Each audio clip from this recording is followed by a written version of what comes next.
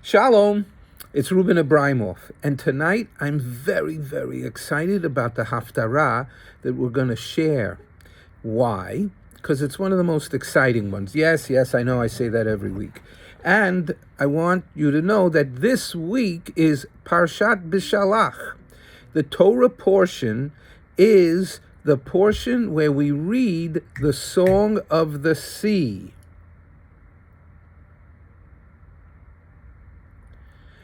And complementing the Song of the Sea in the Torah portion is we're reading the Song of Deborah.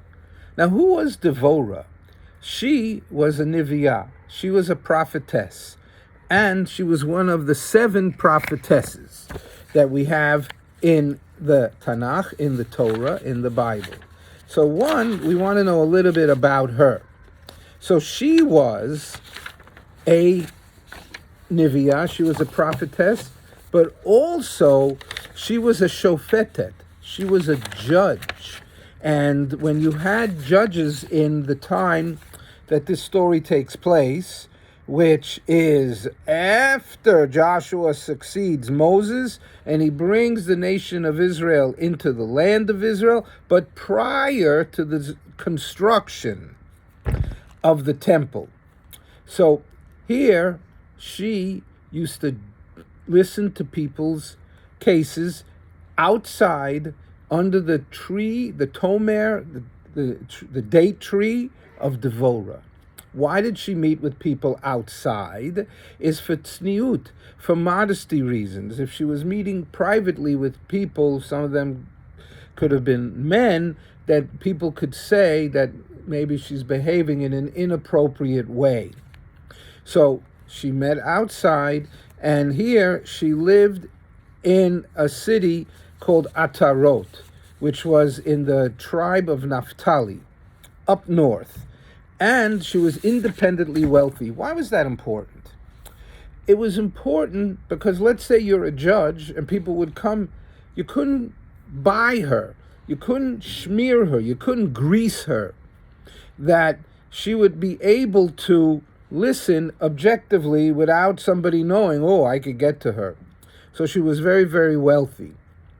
And some of the things that she owned that created her wealth were these orchards of olive trees. And the oil, which is also very holy. If you have oil, you know that you use it for the menorah.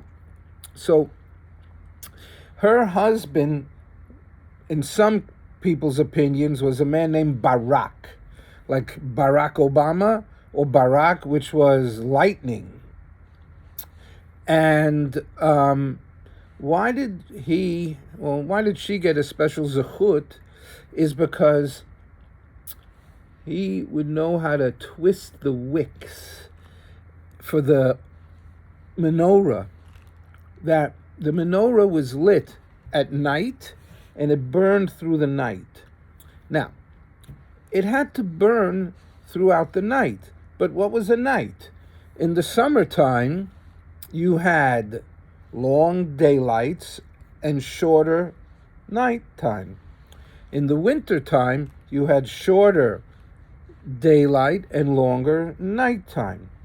So his skill level was he was able to twist the wicks in such a way that it would last throughout the night, regardless if it was the summer or the winter. He knew just how tight you had to twist it. So he was a very, very talented and special man. Now, the Haftarah comes from the book of Shoftim, of Judges, and we have some famous judges that we read about in the Haftorot, where you have Yiftach HaGiladi, and that you also have other of the judges, this one being the only female, and this happened up north in the land of Israel. Tonight, I want to touch upon this story, which is 2 chapters. 1 is the story, and 2 is the song. So let's start off, because the Ashkenazim read just the song, chapter 5. The Sephardim read both chapters. It's a very, very lengthy Haftarah. I mean, it could take all of 5-10 minutes to read it if you're laning it in shul. I always like to look at where do we see a spiritual action, behavior, emotion on the individual, because you could get totally carried away with this story. It's an exciting story. But what I need to pull back is I need to speak consciously about the spiritual behavior of the individual.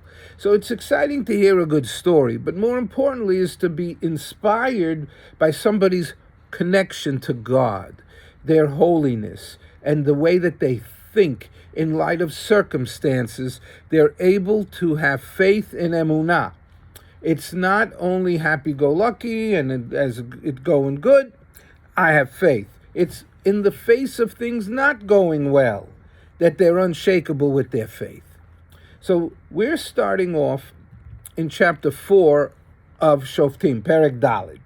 And I always like to notice, where does it start, the Haftarah? Here, it doesn't start at the beginning of the chapter. It starts at the second verse in the chapter. So let's just see what it has to say. Vayosifu b'nei Yisrael, and here the children of Israel again did la'asot hara be'enei Adonai, that they continued to do what's bad in the eyes of God. So here you have the pasuk prior to the Haftarah beginning. So it turns out that we were under Canaanite sovereignty. We didn't have our own sovereignty. Why? Because we sold ourselves out. We were in the land of Israel and we didn't behave correctly. So God encumbered us, and we'll see how the story goes. Like, who were we servants to? So that now the Haftarah starts. Vayim Kerem.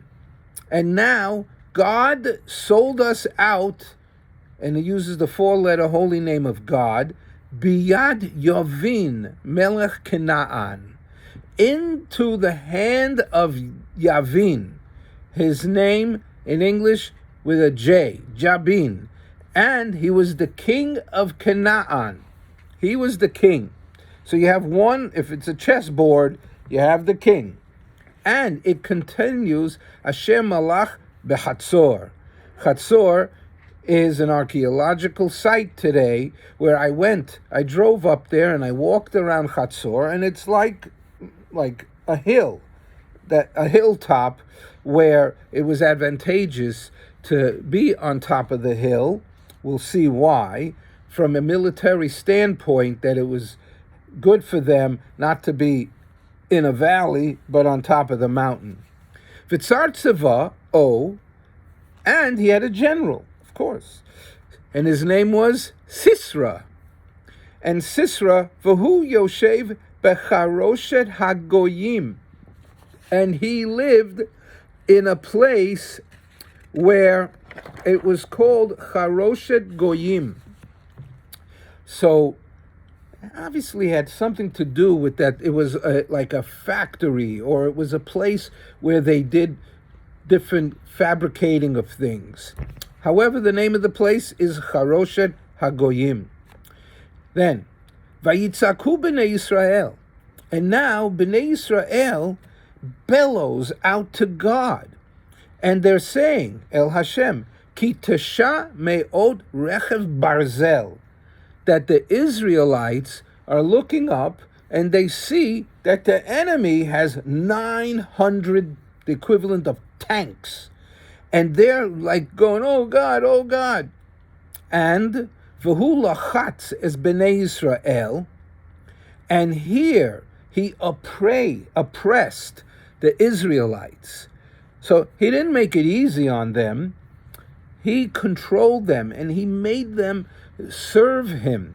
They didn't like that, obviously. They're living in the land of Israel. God brought them there to the promised land.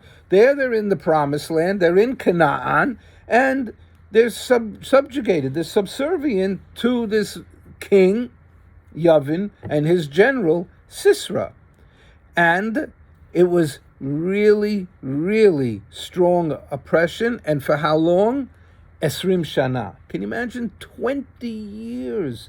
You're under siege by this king of the Canaanites. It just was antithetical. It didn't make sense to them. Now we have the introduction of the first of the heroines of the Haftarah. It's a girl power Haftorah, where you have Deborah, the Neviah. Deborah Isha Neviah. And she's introduced as a prophetess. Eshet Lapidot, that here it says that he was the wife of the man Lapidot, which a lapid is a flame. So he was the wick twister. So that was his nickname that they gave him. He shofta et Yisrael, and her job was to be the judge over the Israelites. Now, when you hear shofet, you say, oh, it's a judge with a black robe and a gavel, and the two people come, or two sides come. That was not only it, because you had Shimshon, he was in Shoftim. We mentioned Yiftach, and now Devorah. All three of them were military figures, not just judicial individuals. And V'hi Yoshevet Tachat Tomer Devorah. And she sat below this palm tree, and it was located Bein Harama Uvein Beit El Bahar Ephraim. So it's telling you in between these two cities where they were situated, Bahar Ephraim, in the state, the mountain of Ephraim. Now, why is this important to know? Because there were 12 tribes. It was prior to the United Monarchy, but we should also know that it was towards the north. Vaya'alu eleha b'nei Yisrael amishpat. And the Israelites would go up to her to have their cases heard, and she would judge them. Remember, we touched base on it, that she sat outside, under the tree, in clear view of everybody, because then nobody could say they're bribing her or she's behaving immodestly. Vatishlach, and she sent Vatikra leVarak, and she called to Varak ben Avinoam. So we know who he was and who his father. Mikedesh, from the city of Kedesh, Naphtali, the city in the area of Naphtali. So here you have two states of the Israelites mentioned, Ephraim and now Naphtali. You'll see why it mentions them. Vilakachta, and here, Vatomer Elav, and Devorah speaks to him. Halot Tziva Adonai Elohei Yisrael. So she's reminding him, hey, wait a minute, didn't God command you, the God of the Israelites? And it says, Lech, go, umashachta behar Tavor, and you should anoint these people on Har Tavor.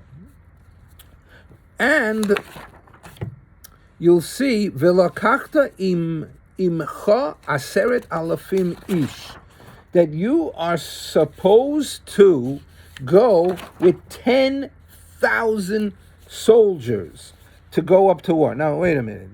They had 900 tanks. She had to counterbalance it with 10,000 soldiers. We'll see. They were reluctant soldiers. Ish mibnei Naphtali umibnei Zevulun. So now it's delineating that you had from the tribe of Naphtali and the tribe of Zebulun. Now, let's see what happens. So here, umashachti elecha el nacha Kishon, and I will draw unto you to this brook of Kishon, as Sisera. She was going to have with the general of her army, they were going to lure Sisra, Sarsava, he was the general or the captain of Yavin, that was the king of Chatzor, ve'et Richbo ve'et Hamono, and his chariots, we said there were 900 of them, and Hamono, and Hamon is Harbe, was multitudes, unisativ hu biyadecha. And that's how we're going to turn him over into your hands, that they're going to ambush them. Vayomer eleha Barak. And now Barak says to her, watch this. Here's the faith and not faithful. Vayomer eleha Barak. So this man, Barak, we know Ben Avinoam, im telchi imi. Only if you go with me. He realized she was the magic mezuzah, and that he wanted her to come. He wasn't believing in God enough to go on his own. V'halachti, then I will go. V'im lo selchi, and if you don't go imi with me, lo elech. Can you imagine? Here's this lady, and she said, God commanded you to go up there and take care of Yavin. And he says, yeah, I'll go on one condition. You go with me. I'm not going without you.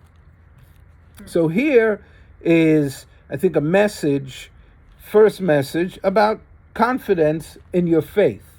And that if you truly believed in God, you said, if God said to do it, I'm confident that I'm going to be okay with the instructions. Vatomer. And she said, so here it's turning it over to her, Haloch elech imach, I'm going to go with you, and watch the language. Efes, kilo tihiyeh tifartecha al haderech asher ata holech. You will get 0 credit for this triumph in the war. You get nothing. And I will tell you, asher ata holech ki viyad isha, because it is in a woman's hand. Now today you have parity between men and women, and they're equal. Back then, it was a hierarchical society. The men were the tough guys and the rulers and the kings, and the women were this minority. They were the ones that brought up the children in the family, in the home. She was an exception to the rule. And now you could hear the way she spoke with fire. And she said, Kiviyad isha yimkor Hashem es Sisra. You want to know something? Sisra is going down, but he's going down because of a woman. Vatokam Devorah, and Devorah, by the way, you know what the name Devorah means, is a bee. In Hebrew, Devorah is a bee, stinging. Vatelech im Barak Kedesha. So she goes with Barak, and she goes to the city of Kedesha. Vayizak Barak, we're already up to Pasuk Yud, 10.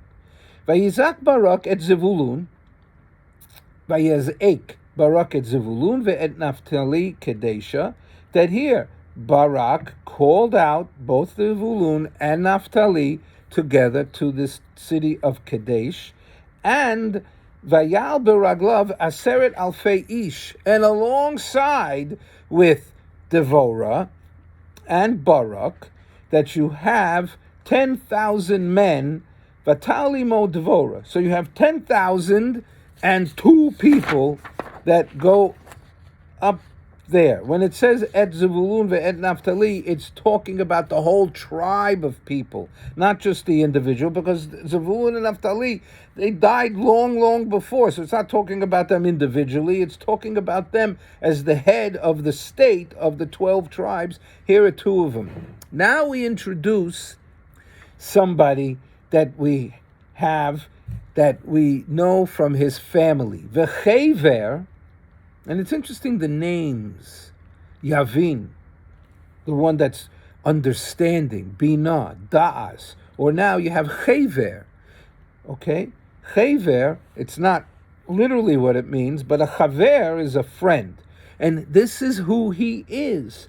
In the storyline, V'chever HaKeni, he's a Kenite. And Kenites lived just outside of the camp of the Israelites. And here, I downloaded it from Wikipedia. According to the Hebrew Bible, the Kenites were a nomadic tribe in the ancient Levant. The Kenites were coppersmiths and metal workers. They played an important role in the history of ancient Israel. One of the most recognized Kenites was Yisro, Moses' father-in-law.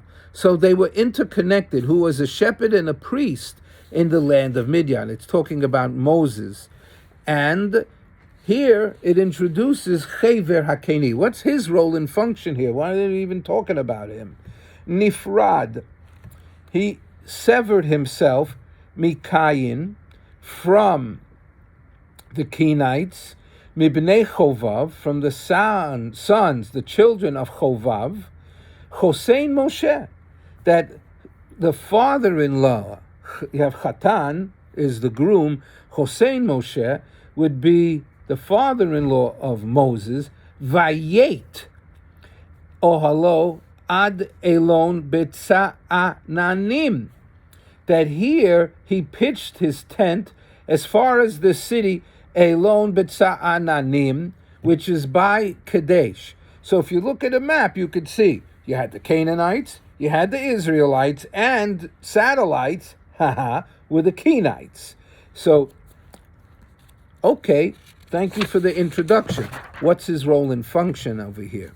Vayagidu leSisra, and they speak to Sisra, we'll see who, Ki Allah Barak ben Avinoam Har Tavor.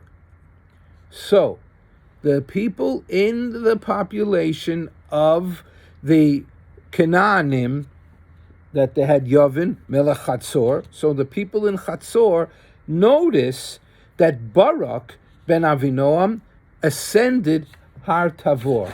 So here, it was a military position to take up in the hills. You can shoot down, you could roll down, you could fight down. They have to get at you. They have to go up a hill. It's an uphill battle. You'll see. Vayaz Eik Sisra es kol richba, and Sisra gathered all his chariots, rochev, the riders in what is the chariots, Teshameot rechev barzel. So here, there's 900 chariots. And this is before you had the tanks that we know from today, that this was chariots, and there was reinforced wheels, and they had a place where they would stand inside the chariot. The horses would pull them forward, and they would go to war and fight. They could shoot arrows, they can fire whatever they wanted. So here, Veskolo Amasherito, all the people that were with him, Mecharoshet Hagayim El Nachal Kishon. So it's pointing out the geography, the longitude and the latitude of where he was. Vatome Devorah El Barak, and Devorah whispers, I'm making that up, and speaking to Barak, Kum, get up, Kizeh Hayom Asher Nasan Hashem et Sisra biyodecha, Halo Hashem Yotza Lefanecha. So here you see Devorah is the spiritually connected person in the storyline. And Devorah speaks to Barak. Remember, I know go. And she said, you know go? You no get no credit. El Bar, Kum, get up. Kizeh hayom asher nasan Hashem et Sisra. How did she know that today is the day that God is going to give Sisra, the general of the Chatzorites, biyodecha, halo Hashem. She's speaking, not English, hello, but halo means isn't it that God yotza lefanecha, God came before you. Vayered Barak mehar Tavor, and now Barak goes down from Har Tavor. You'll see how it was advantageous. Va'aseret alafim ish acharav. So you could picture 10,000 people. It's 100 people by 100 people. Look at a crowd of 100 people, how wide it is, and look how deep it is. That's what it looks like, 10,000 people. It's half of Madison Square Garden. People tend to relate to things through their frame of reference. I could relate to Madison Square Garden. And when you see 10,000 people, it's literally half of Madison Square Garden. So they're all coming down, these 10,000 people. Vayaham Hashem es Sisra, ve'es kol harechev, ve'es kol hamachaneh. That here, lefi cherev v'lifnei Barak. So God, you have discomfited, vayaham, that you have in the creation story, tohu vavohu, that created a chaos for Sisra, the general, and all the charioteers, and all the people that he had with him, lefi cherev, that here all his host, the edge of the sword before Barak, and vayerid Sisra me'al hamerkava vayanos beraglav. So what happens is that Sisra comes down with his 900 charioteers, and he jumps ship, and he says, he fled away on his feet. So what happened? God created a massive rainstorm. So when these guys had the advantage of having 900 chariots, they got stuck in the mud. Their wheels were spinning. They couldn't progress. They couldn't go after the Israelites. And Sisra jumps off his chariot and he starts running. So, doesn't the captain go down with the ship? Not here. He says, I'm out of here. This is bad, what's happening. So he couldn't take advantage of his military situation or his military power. Just like that, you could see that Deborah was like an antenna for the spiritual message. She says, now's the time. And you see this in a number of places where the Navi, the prophet, has a sense of timing, and that they said, now's the time. That because they were Nevi'im, because they were prophets, and possibly they would meditate, they would get the download from God about the down low, and that they knew that this is the time to make their move, because it was in the, so to speak, stars, that it's now the right time to go. Uvarak and Barak radav acharei harechev va'acharei hamachaneh ad charoshet hagoyim. So here, the cowardly Sisra is running away, and tailing behind him, he pursues Barak after the chariots. And what happens here is he goes as far as Chareshet Hagoyim. So we've seen that place in the Haftarah. Vayipol, and Kol Machaneh Sisra, and the entire army of Sisra Lefi Cherev, they all were impaled, that they were killed. And it says, Lo nishar ad echod. So the commentary said, did all of them get killed? Or does it say, ad echad, rak echad? Only one was spared. Who? The cowardly lion that ran off with no one else. He didn't protect anyone else. And he ran off to save his life. Visisra, and it continues, Nas biraglav el ohel Yael, eshet chever hakeni.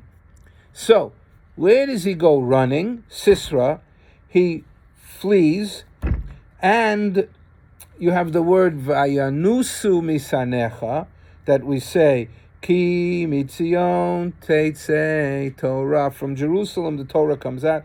Vayanusu. And your enemies are going to flee on foot here. El Ohel Yael. And that Yael had a tent. Remember, she's a Kenite. And she's a woman. And she goes, Eshet Chever Hakeni. She was married. Important to know in the story. Ki Shalom Ben Yavin Melech Hatzor. That there was peace in between Yavin, the king of Hatzor, Uven Beis Chever Hakeni. So there was this symbiotic relationship between the two, that the Kenites were not threatened by the Canaanites, nor were the Israelites. They were like Switzerland. They were neutral. They had nothing to be afraid of. Let's see what happens. Vateitze Yoel likra Sisra. So somehow she looked out her tent and she sees Sisra running towards her. Vatomer Elav. And she says to him, Surah Adoni, Surah Elai, Al Tira. So she says to him, come here. She's like waving him in. Come here. She said, have no fear. Why would she have any fear? Why would he have any fear? Let's see. Vayosar Eleha. And he turned towards her, and ha'ohela, to her tent, vatichasehu bas micha. And she covered him with a blanket. We'll see what is going on here, just exactly. Vayomer eleha. So he fled. She waves him into her tent, and then it is said, Hashkini na ma'at mayim lishtot. Give me ma'at, just give me some water to drink, kitzamesi, because I'm thirsty. So he probably ran so hard and fast, and he didn't have any water to drink, that he said, please, can you give me something to drink? Vatiftach et na'od hechalav. Watch the flip-flop here. He said, give me water to drink. She takes out her bottle, her flask, and gave him milk. Et na'od hechalav, gave a bottle of milk. Vatashkehu vatichasehu. And she gave him the milk to drink, and then she covered him. What does milk do? Warm milk. He was tired, and he fell asleep. Vayomer eleha. But before he nodded off, Amod petach ha'ohel, that now Sisra is telling Yael, who is not Jewish, but she has a Jewish name, and he's saying to her, stand in the doorway. So he had some concern that people were running after him. V'haya im ish yavo, if somebody comes looking for me, ushe'elech, and asks, where's Sisra? V'amar, hayesh po ish v'amart oyin. That if somebody says, you got anybody in there? They didn't specify Sisra, but it's implied. And he said, if they ask if there's anybody inside, just say no. Remember the same thing we talked about with the story of Rachav Hazonah and the two spies that came to Yericho, and the king's men, the police, said, hey, where are the guys? She goes, I'm sorry. You just missed them. They ran out the gates before they closed for the night. So here, they also say, nobody here. And now she says, Vatikach Yael Eshet Chever, explaining who she is, Es Yesad Ha'ohel. And she took the tent peg, the pin, Vatosem et Hamakefes biyodah, and she took a hammer in her hand, Vatavoe love, and she snuck up upon him, balot, b'sheket, vatiska et hayoted birakosav, and she took the spike and she put it on his forehead, vatisnach ba'oretz, and she hammered it. It went through his skull until it reached into the ground. She must have been strong. Vehu near dumb, and he was already in a deep sleep. Well, vayaf vayamos, and he swooned. He got tired at first, ayef, vayamos, and he died from that. Now, there's a lot of discussion about, is a woman allowed to do what she did? Is she allowed to kill this man? What was she doing? Was she justified to do so? It's a moot point. That she knew that she was stopping this general that had it out for the Israelites. He was going to kill them all. He was going to wipe them out. So she said, I'm taking him out. I'm going to neutralize this guy, because you can't let enemies just keep walking around. You know, I understand IDF, Israeli Defense Forces. This is not about defense. That would be protecting. Here, this man already announced, I want to kill these people. I had 900 chariots. V'hinei Barak rodef at Sisera. So Barak is running after Sisera, and Vatetze Yael, and now Yael, the hammer, goes out likraso, to call Sisera. Vatomer lo, and she says to him, Lech, come here. Ve'arech et ha'ish asher ata mevakesh. I'll show you just where this man that you're asking about is. Vayavo, and he came eleha, he came to her. V'hinei Sisera nofel mate, and there he's lying dead. V'hayoted berakaso, and the tent pin was in his forehead, in his temple.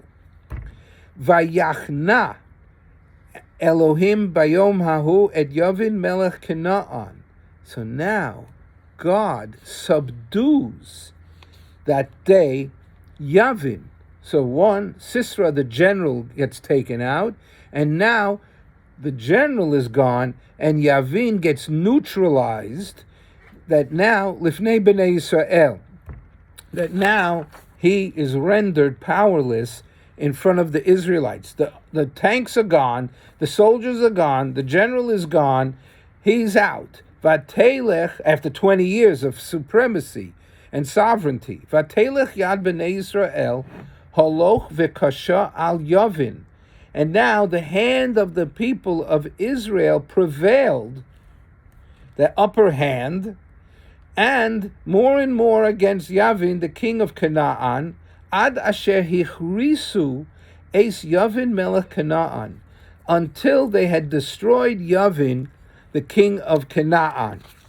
That is the story of Deborah, her spiritual connectivity, her doubting husband or general of the army, her telling him, Hishtadlus, no tiki, no washi. You don't do the task that God gave you to do, then you are not going to get the credit. You can't hang up your hat. You don't get a feather in your cap. So that is the end of the exciting story, and we see exemplified when Yael also went out on her limb, going to fight and to murder Sisera. It wasn't her place to do so, but she did it for the team. And that is one of the important messages, that we have both women here that were strong and they had great willpower, and they were one-man armies. They didn't succeed because of all the 10,000 people going into battle and winning over the war. Okay, now, time permitting, there's the Shirah of Devorah. So here, let's see how far we can get. This is a history, and I'm not going to do the Hebrew. I'm just going to do the English to read through it. But certain words I'm going to do. Vatoshar, that means she sang. Devorah uvarach ben Aminoam bayom hahu lemor. So Devorah has a celebratory song. The Israelites in the Tanakh have 10 songs. One of them is from Shirat Hayam, Beshalach. Then you're going to hear now Shirat Devorah, the song of Devorah. Ha'azinu is another song.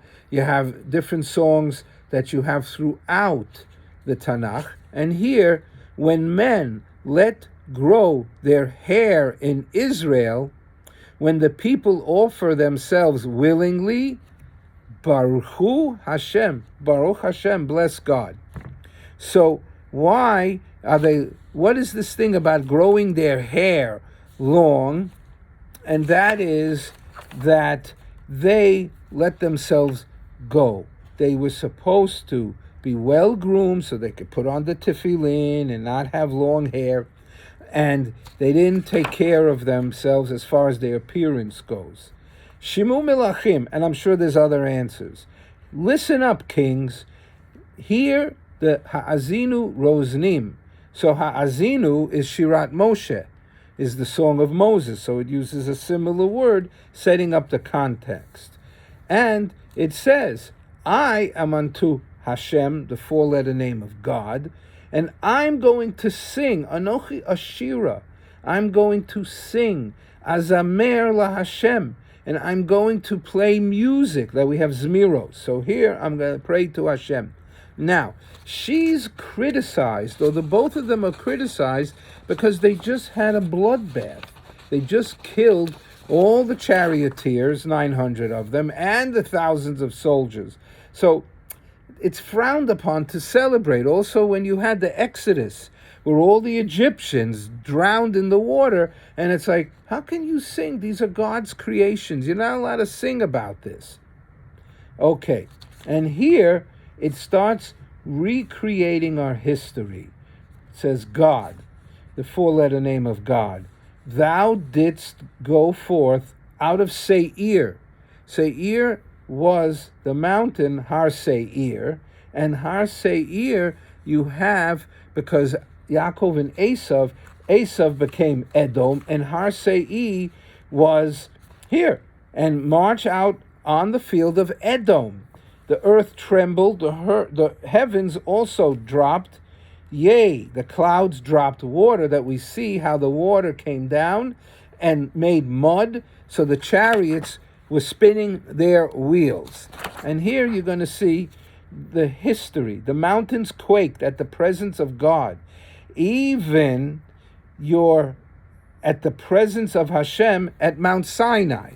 So she's recalling the history of the Jewish people leading up to it. Bimei Shamgar, in the day of Shamgar. Who's Shamgar? He was the shofet. He was the judge before, chronologically, of Devorah. In the days of Yael, mentioning Yael here, the highway ceased. Why would the highway cease? Because you had control over the highways, that the Israelites were not safe to travel on the highways because Sisera had their marauders, their bandits. So it wasn't safe for them. And travelers walked through the byways. They had to cut through the back roads in order to go anywhere. They couldn't just travel freely. And the rulers in Israel, they ceased until thou didst arrive, or she arrived. Who? Devorah. What happened? They could not get around freely. They were subjugated. So now The song is celebrating in the first person until Deborah came along and she freed us up for the Israelites to go. God chose new gods. Yivchar Elohim Chadashim. And there was war in the gates. Was there a shield or spear among the 40,000 Israel? They're asking, how did these people win? But Derech Hashem, in the way of God, that they were able to triumph. Not because their might, not because their power, but because of the power of God. And Libi lichokekei Yisrael hamisnavdim ba'am. And my heart, Libi, towards the governors of Israel that offered themselves willingly among the people. Baruch Hu Hashem. It mentions again, blessed be God. And it continues to talk about how the people lived, that they would ride on white donkeys, you know what that looks like, and that sat on rich cloths, that they were full of themselves, and they enjoyed a very haughty lifestyle, and ye that walk by the way, Telavil, that you're not explaining to people that they need to correct their ways. And it says, louder than the voices of the mechatzitzim. Chetz was archers by the watering troughs where there was water. They shall rehearse the righteous acts of Hashem, even the righteous acts of his rulers in Israel. That she's saying that then the people of Hashem went down to the gates, that they went down in order to follow the instructions that God said, listen to me, and you will be able to triumph over the army of Melech Hatzor, Yavin, as well as Sisra. Uri, we have that in Lechadodi, in Yeshayahu, Devorah. Uri, whenever you repeat a word twice, it's for emphasis. Here, it's not twice, it's 4 times. Dabri Shir, sing a song, Devorah. Come Barak up, Ushevei Shivyecha ben Avinoam, and lead the people, these captives. You can imagine, they're in handcuffs, they're in chains, they are now prisoners. The Jiu-Jitsu, that these people were going to kill us or subjugate us, now the whole table is turned because of Devorah's unshakable faith. Oz Yerad Sorid La'adirim and here the Amseride, the remnants that have dominion over the nobles, Hashem Yerad Li Bagiborim, and God made me have dominion over the mighty. So she's acknowledging what happened, that Devorah said, you told me to go with this guy doesn't go, I got to do this all myself, and now she's saying, you want to know something? It played out okay. So this is what she's singing about. And it goes through, speaking about Ephraim and Amalek, how they fought against them, and Binyamin with Amalek. And it talks about the tribes that did not want to go. That, yeah, Devorah went. And yeah, Barak followed her on condition that he would, so to speak, have his hands held. But now, not all the tribes went along with this, because they said, it has nothing to do with us. It's not impending danger. And that you could see in the text who went and who didn't go. I took the map and I colored it in, which tribes stayed back and which ones went forward. So we heard in the earlier text that you had Naphtali, especially Zevulun, Yisachar, Menashe, Ephraim, Shimon, Yehuda, Ruvain, Gad, Menashe, Dan, Asher, all didn't go. They all counted themselves out. And it recalls that in the final sentences of the Haftarah, And here, the saddest thing was that we heard the shrikot, the shrieking, adarim, of the flocks, liflagot reuven gidolim chikrei lev. They were fine. They had their flocks. They didn't come to save Am Yisrael. And it continues about Gilad. In other words, the people that lived up north in the tribe of Gad. And it talks about Zevulun. Again, you guys did not come along. And the kings that fought against them, they were the ones who get the reward that they got. And that from there, they said it was in the stars that they were able to triumph against Sisera. Then, this Haftarah ends with a very, very sad picture that Sisera's mother was sitting in the windowsill, waiting for her great son, the general Sisera, to return home. And she found out that he is not coming back home.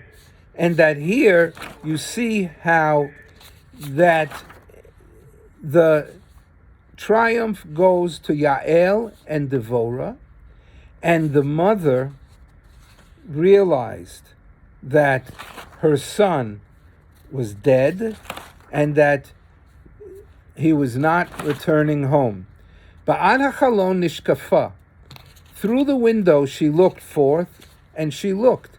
Vatit yabeb aim Sisra ba'ad ha'esh nav. The mother of Sisera was looking through the lattice work of her home. Madua boshesh richbo lavo madua echeru pa'amei marchavosav. Why isn't he coming home? Why is it taking so long for him to come home? And then she realized that the wisdom of her princesses answered, Af hi toshiv amoreha la, and that she returneth the answer to herself. She said, I know why my son's not coming back. He's gestorben. That's Yiddish. They didn't speak Yiddish in those days. But she understood that he was killed in the war and that he won't. The motivation of these people were kill and take the booty, take the spoils. She's like, ain't no party here.